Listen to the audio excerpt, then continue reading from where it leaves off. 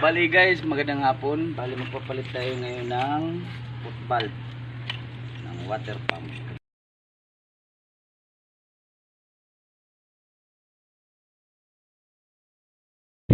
Bali guys, ito yung ito yung water pump namin.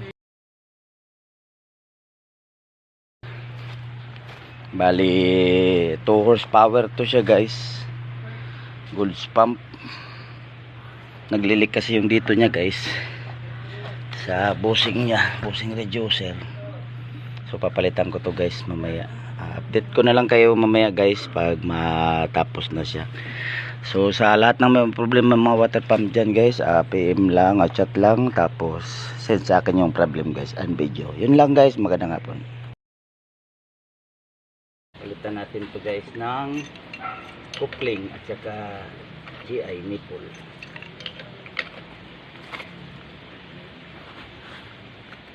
Ulan yata. Sige guys, update na lang mamaya. Katubo, bali tapos na na-install natin. Bali ito yung pinakamagaling namin electrician. So kung may problema kayo sa lahat ng mga kuryente, yan yung pinakamagaling namin guys. Mabait at marespeto guys. Sige guys, mamaya update na pag mag-okay na siya guys. Mali guys, oh, yan ang naging resulta guys. Okay na guys.